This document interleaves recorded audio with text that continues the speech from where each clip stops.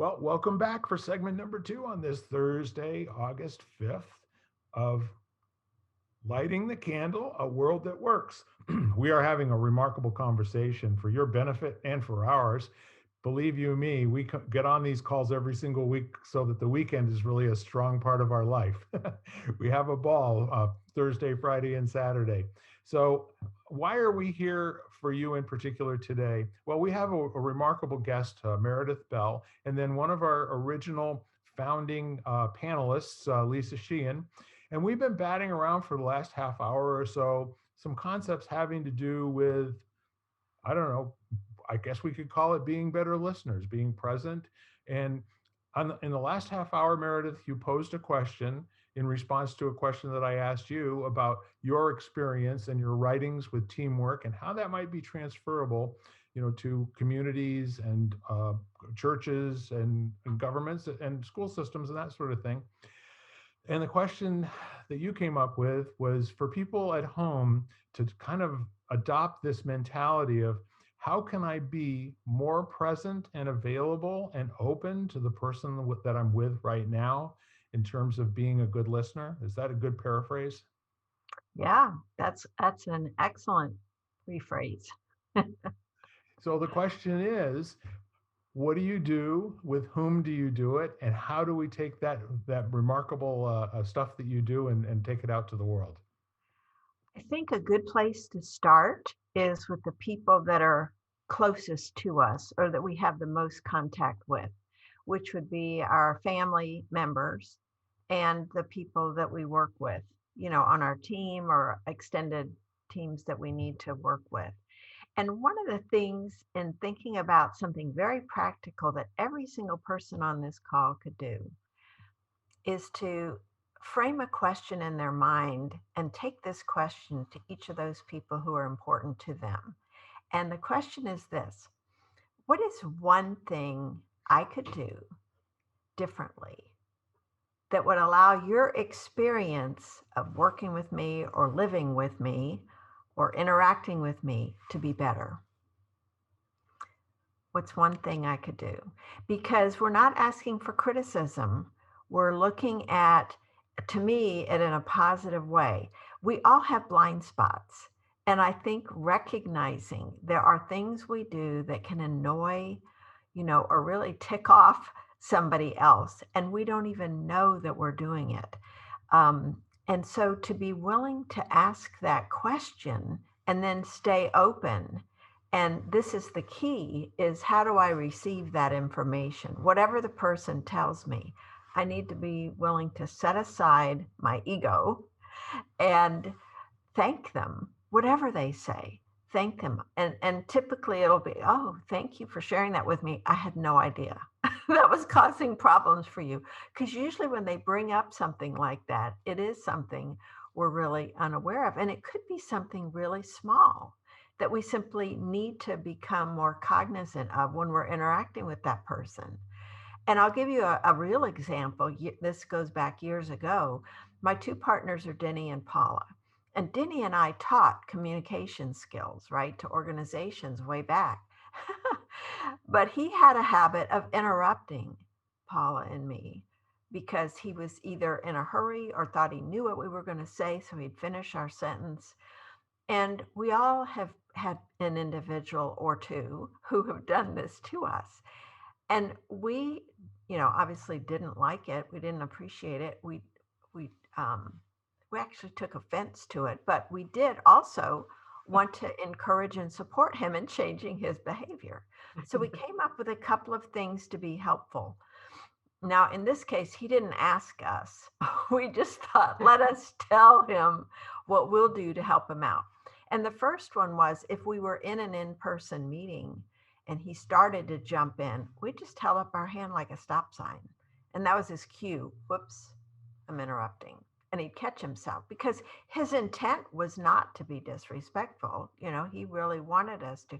But sometimes maybe we took longer to get to the point than he thought was necessary. So that was one thing. And the other with interrupting, actually, the three of us do it with each other all the time now. We all work remotely. We're in different states. We'll get on calls.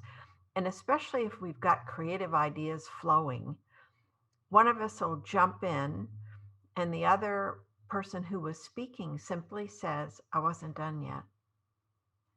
Right? And so that is our cue to back off and let that person finish. Now, the key here is tone of voice, right? Because if we said, I wasn't done yet, that has a pushback, and it causes, it can escalate into an argument or defensiveness. Or the next Whereas line could be, oh, yes, you were. yeah, exactly. So thinking of a way that you can say it that sounds natural to you. The other thing Paul and I did early on was simply say, please let me finish. And again, the tone of voice there is very important. You're just gently reminding the person, not, sticking it in their face. And I think that's a really important. What do I need in this moment? Because too often what happens is people get angry at the person who is interrupting. They take it personally and think, oh, they're being so disrespectful. Well, that probably is not the person's intent. But this is where our history with someone can kick in and why it's so important to come to a conversation fresh. Because if we have all these judgments and stories that we're holding about this individual, then that influences how we react to them in the moment. And instead, if we can, just kind of be an open slate with this person and simply take a fresh perspective, we don't tend to get our own feelings and emotions wrapped around the axle when they say something. We just give them the benefit of the doubt and assume, okay, they just forgot in the moment and interrupted, or did something, whatever it is. And I think that that's an important attitude to carry into any conversation and interactions, even say in a meeting environment when we've got multiple people and we need to, catch ourselves. Am I tuning out this person when they speak versus giving them the same space I give others? It's this monitoring our own awareness of how am I being in this moment, and am I being my best self in terms of what I'm bringing to this conversation, to this person, to these interactions, so that we get the result we're looking for. I think that's the key, when we can stay focused on what's our ultimate goal here versus how am I perceiving this person offending me in this particular moment. Yeah. So just a real quick shot back. When you're in a situation with people that you know, like, and trust, and there's a bit of, shall we say, energy and enthusiasm about getting ideas out on the table, that's one thing. So if you change the framework of the conversation into one where there's a conflict, and like at a town hall, and we're talking about, how people's water isn't as clean as it should be, and that there was a water main break and people haven't had clean water for 2 weeks, and people are angry and anxious. So the leadership in the conversation is very, very important. That also has to do with allowing a certain amount of frustration to be voiced at the beginning, and then asking people, we're all here for the same reason, to make this work. How about we set up some guidelines here, and we'll take turns, and I'll be the moderator if that works for everyone, and I'll point at you and this, that, and the other thing, whatever. But the whole idea is that when you're in a situation with people you don't know, this will happen probably less frequently at the beginning, but then as emotions start to rise, then it's almost out of control these days. There are a lot of people that have no interest and no skills at communicating with people other than being in the send mode all the time. Mhm. So a couple of the phrases, that, like, as you mentioned earlier, I'm not quite finished here. It's very important for people to establish their value in terms of what they have to say and completing their thought and their idea. It is your gift to the community in that moment when you're speaking. So when someone is trying to take the floor from you, it's your responsibility to reclaim it and say, well, I know you've got a thought. Can you hold on to that for one more minute, please? Because I'm almost done. And then say what you have to, any of those kinds of things that you can say authentically. And again, Meredith, as you said, not antagonistically, but we're in this together. We're not interested in who's right here. We're interested in what's right. Those are great words to live by. So in the meantime, what you're also doing by acknowledging the value of the person who's willing to yield back their attention and time for a moment, you are granting them being. You are saying, I know you're over there and I value the opinion that you're going to express. And I really want to hear what you have to say. But I want to hear what you have to say about this thought so I can see if it holds water or not. Those kinds of things that come into a conversation. And the more anxious or rugged or salty the conversation becomes, the more you have to rely on your training and your commitment and your willingness to be used in a conversation for a greater good as a servant. Beautifully said. I love that. Everything you said, Bill, Yeah. because I think it's so true that we can get our emotions wrapped up, especially when it's a topic or issue that's really important to us. It's so easy to get into that digging my heels in to prove I'm right. And if we can have that learner mentality of recognizing everyone who is speaking up, has a perspective, has feelings around that. And if we can acknowledge that, I think so often we just hesitate to speak the truth for fear of somebody reacting badly or not liking us. We get all of that wrapped up into how we handle a specific interaction that's going on in the moment, especially when it heats up. And I think, this whole phrase of, emotional intelligence is bandied about so much it sometimes loses its meaning. But that's where we really do have to dig into our awareness of our own emotions so that we manage ourselves and we don't contribute to the escalation.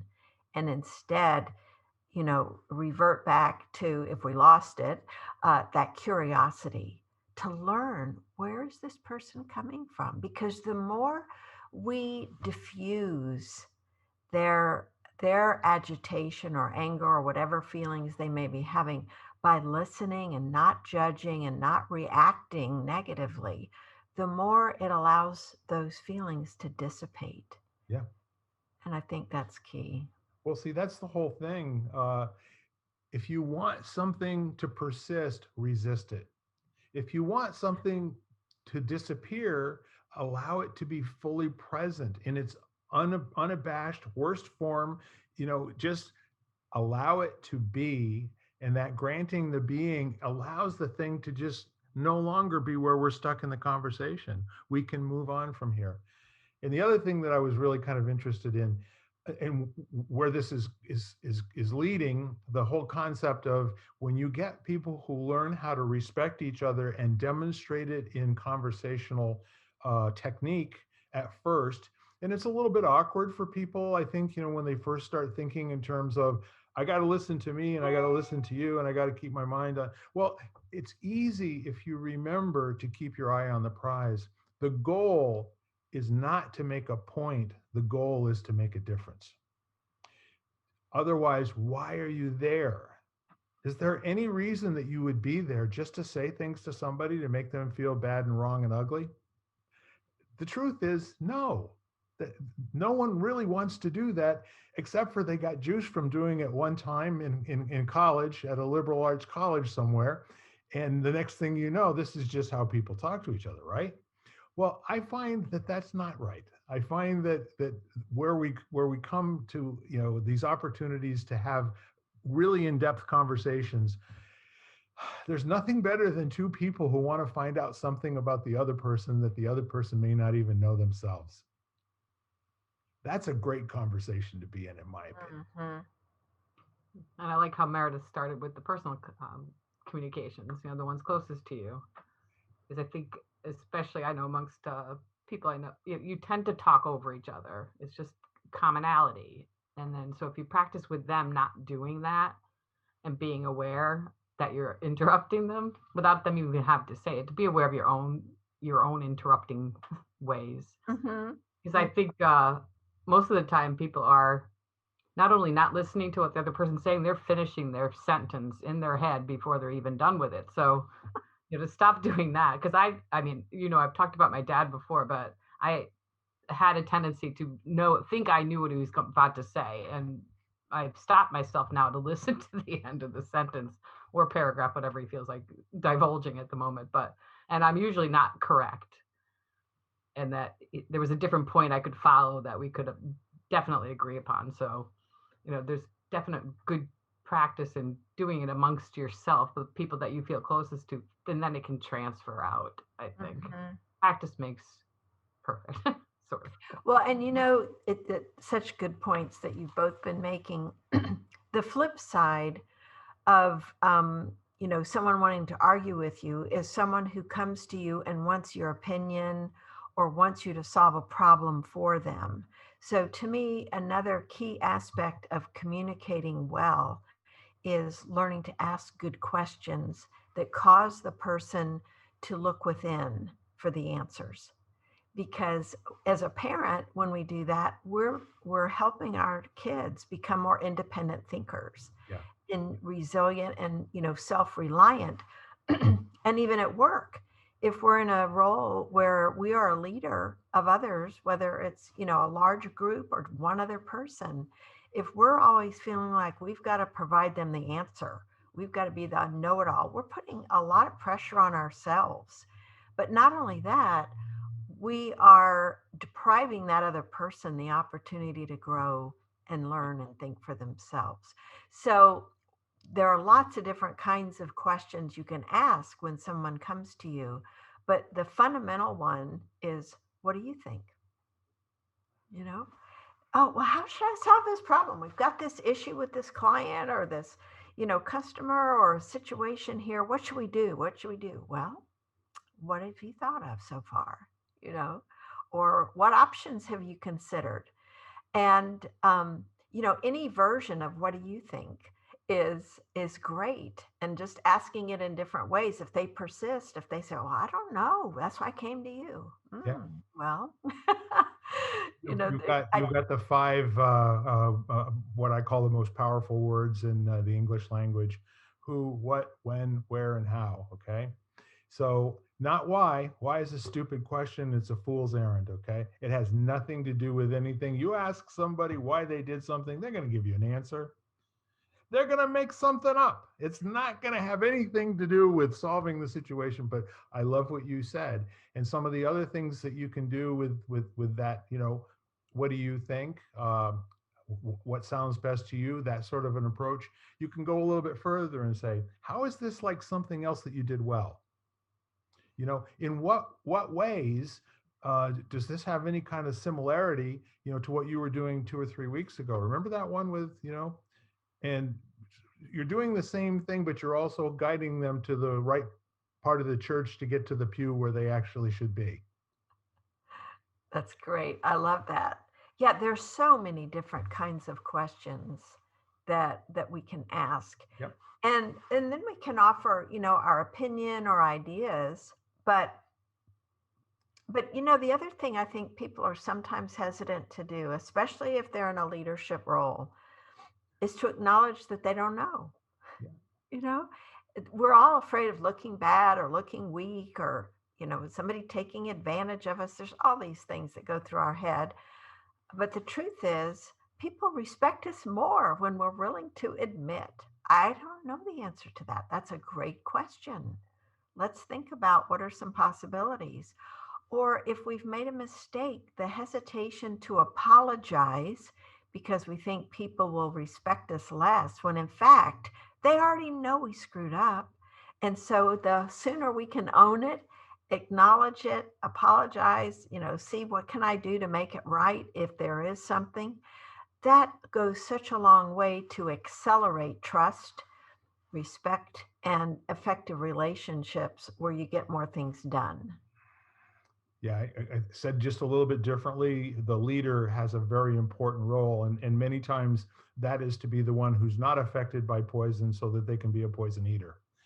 And, it's very, very, it's a cool thing, to be in the presence of somebody who starts a meeting off by going, not only are there no bad ideas here today, just the ones you don't say out loud, no one can get this wrong because anything that doesn't work is going to be my fault.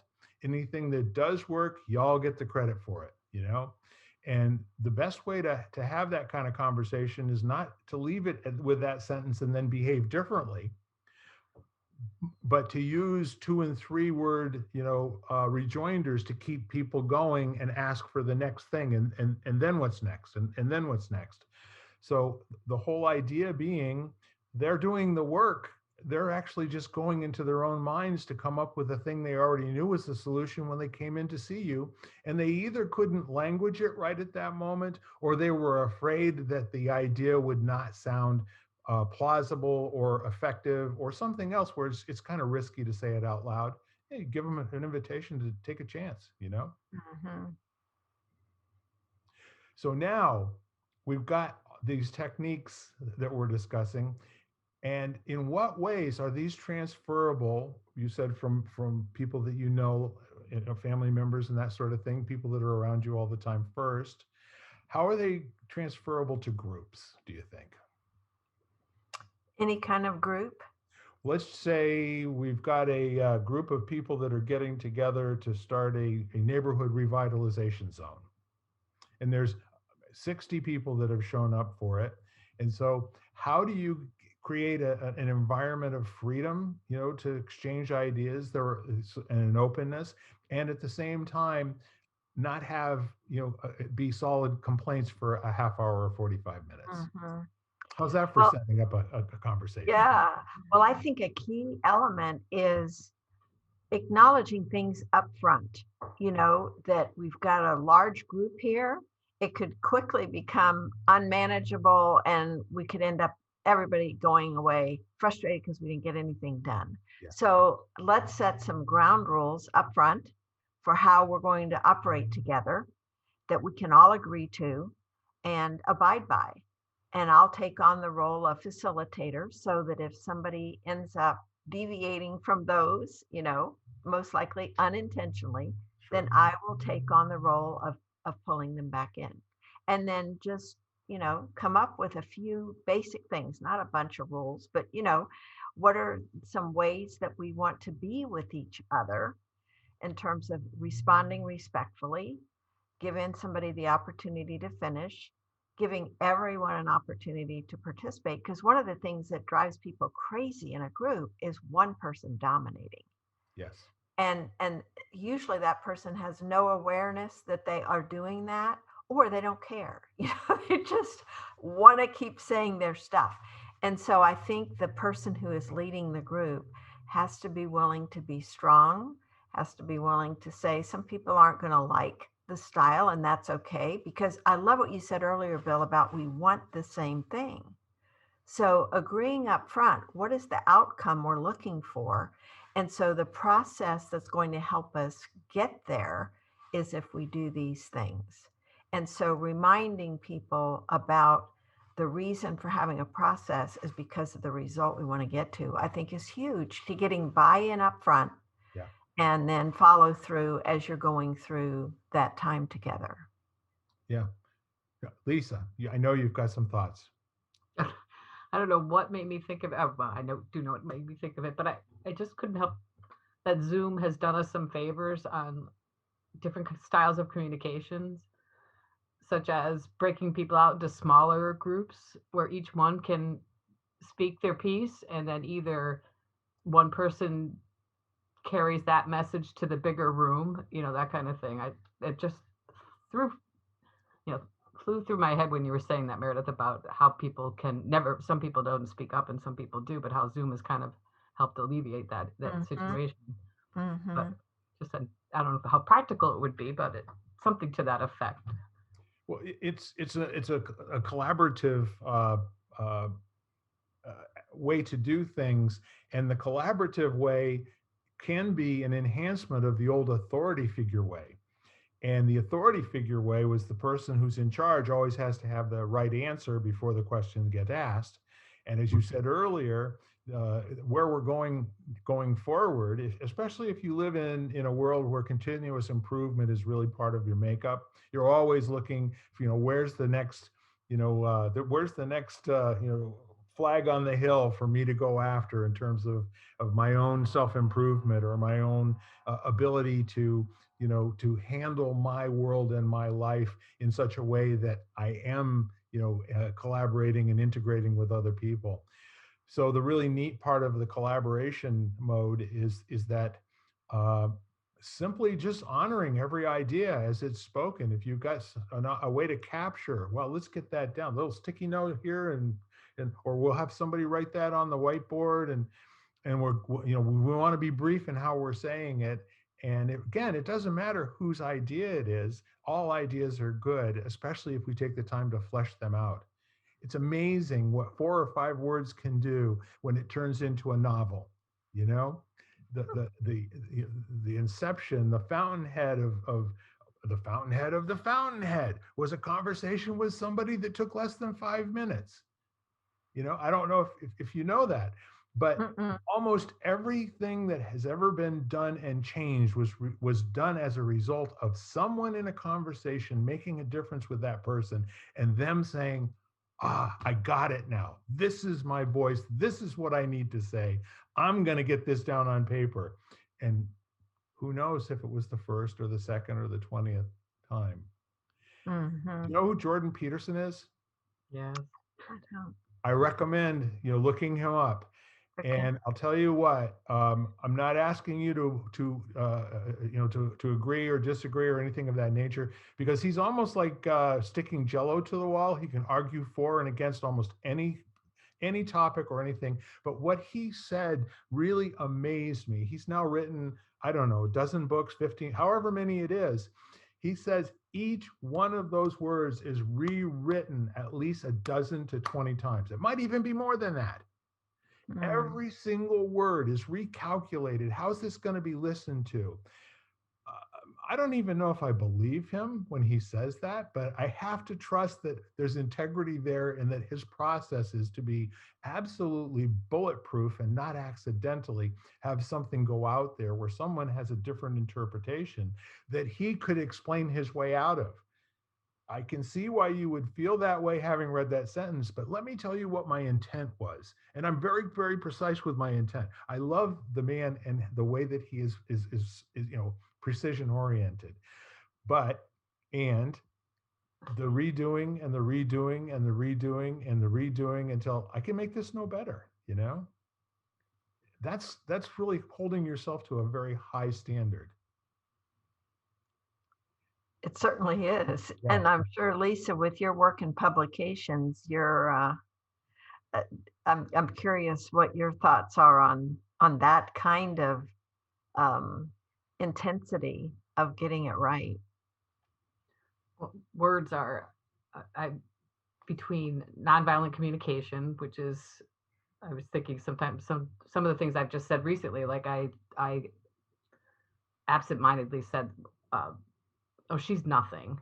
And in context, it wasn't bad, but in hindsight, it was a horrible statement to make. It's a violent term against somebody. So words in themselves carry so much power, and Jordan Peterson is great at that, at acknowledging and knowing the definition and how to untangle it or use it to his benefit. He's brilliant at it. But in communications, in words, I weigh in writing even, I weigh every word so heavily. I'll take a sentence, and then the same thing with certain personalities. What you can get away with, or you censor yourself to the point where it's almost ridiculous. So that to make yourself understood to a certain person that just you're not on the same wavelength. I find that kind of interesting. But as far as putting words out there that the general public is going to read, you take great care in making sure they're not abusive or can be misconstrued, and it's the same way with meeting new people. But that then come back to the curiosity factor too, even with clients and business owners and and writers and painters and artists. They're all the same kind of. You just have to treat them with the same respect, and it comes across that way. And that's what, building community is what we want to do, and it comes through our pages and through our communication, the way we communicate, and our intention behind all of our words basically is the same. Mm-hmm. That we want to create a world like that. That I full-heartedly believe is, coming our way. I always believe in the goodness of the world that's about to burst open any minute now. What a very perfect place for our ending of this segment. We couldn't have said it better ourselves, Lisa. So just to kind of wrap up, and thank you for that. It was definitely a lightning in a bottle. I appreciate it. Meredith, how was it for you today? And are you lighting the candle? Absolutely. I'm shining brighter, as I think about our conversation and the insights, Bill, that you and Lisa both shared. I've learned a lot myself just from our conversation. And for me, it all goes to what you were referring to earlier, this, how can I take my behavior, my performance to the next level? How can I be a better version of myself with the next person I interact with based on what I've learned from this most recent conversation?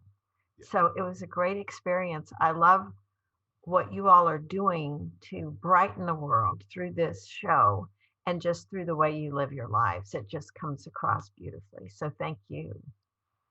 So nice to meet you, Meredith. Thank you. Lisa, any final thoughts? No, I think I'm good. Thank you for coming on, Lisa. I know you had to do some things, and it makes all the difference in the world. Thank you. So I just want to say, ladies and gentlemen, once again, you can find us, and you did already because you're hearing me say this, on any podcast platform that matters. And we're going to say good night and bye and adios until the next time. And again, to my special guest, Meredith Bell, thank you so much for coming on with us today and for sharing your expertise. And it just comes pouring out of you, the essence of who you are is just so easy to just soak right up. Adios. Bye-bye now. You've been listening to Lighting the Candle, a world that works, part of the Exvadio Podcast Network. You can hear us at exvadio.com/podcasts, Apple Podcasts app, Google Play, Spotify, iHeartRadio, Stitcher, and wherever you find podcasts.